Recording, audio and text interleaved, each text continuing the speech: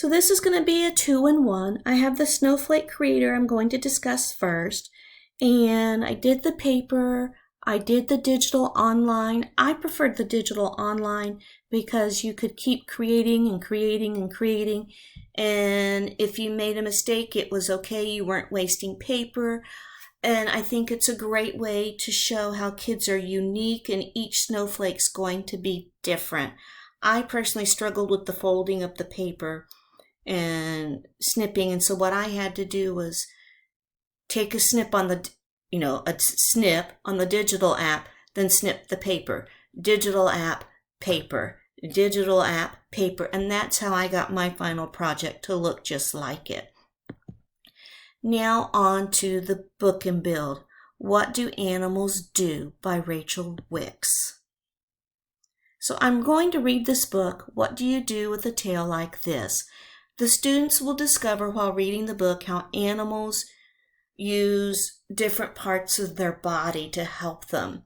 They're using their tails. Some tails are thicker because it holds on to things.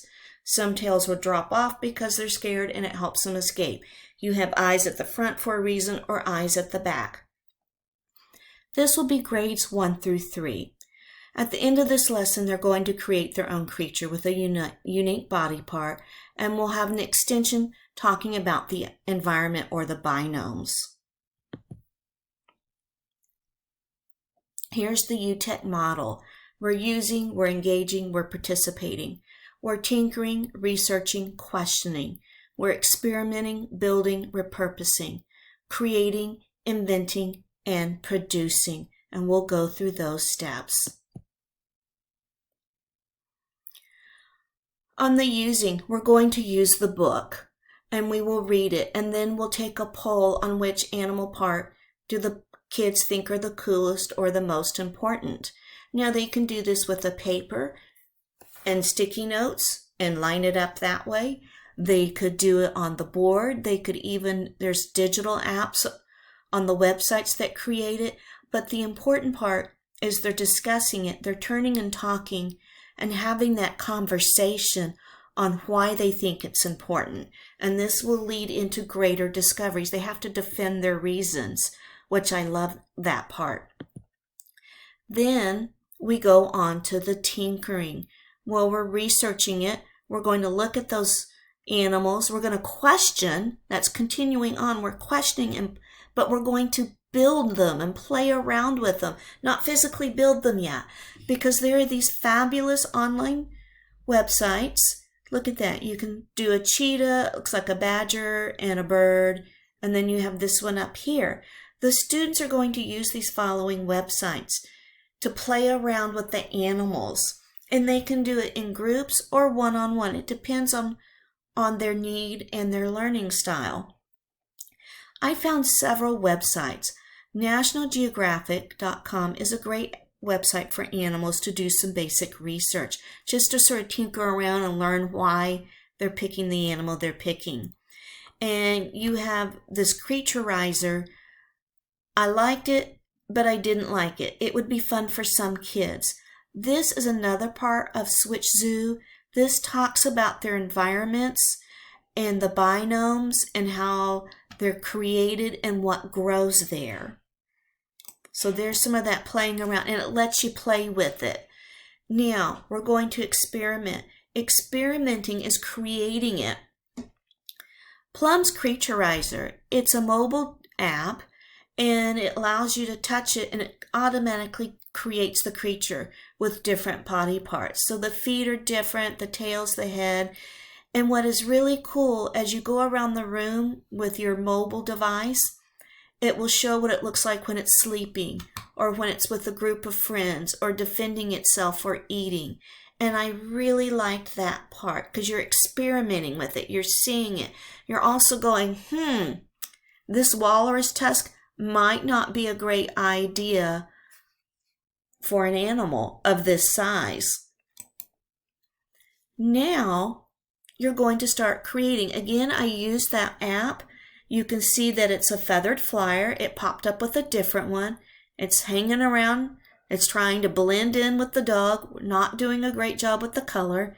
It's got those feet so it can hang onto the bookshelf And there it is again as a feathered flyer. Now I have this twice because I was going to try to show you how with this one you can make the creature bigger or smaller with the pinch of your fingers. Here is the Switch Zoo. You're using the different body parts to create the animal. And since it's mainly a mammal, it has the grasslands right here.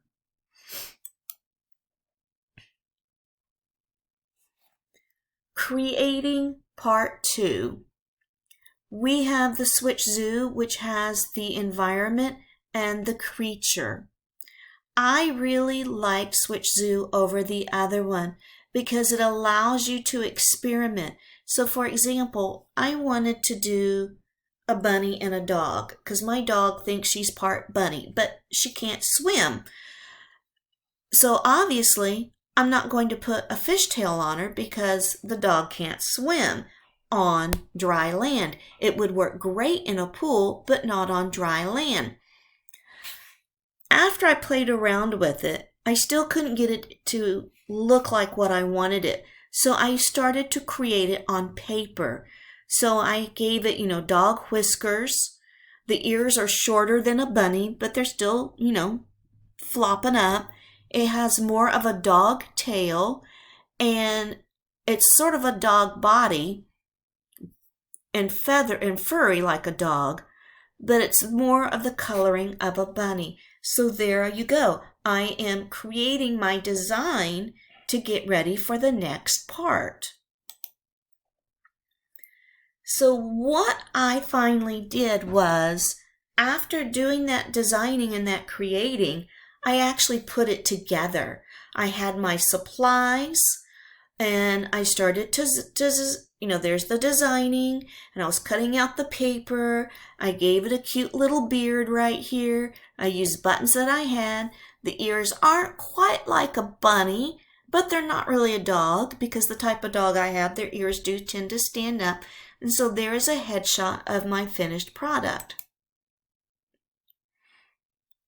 Now, for an extension to continue with this enrichment, what you could do, and this is what I was talking about, here's the environment, and I created another animal so you could teach the students how to use the snippet tool, cut it out, put it on a background, then snip this creature and put it here. Now, the clincher is they're going to have to explain why that animal can live in that environment and how that animal is going to help it survive. The ears are going to help it to survive because they're long and they can hear creatures. The longer ears, they're more sensitive. They act like radars. The legs are short, but they're going to be powerful for jumping to escape.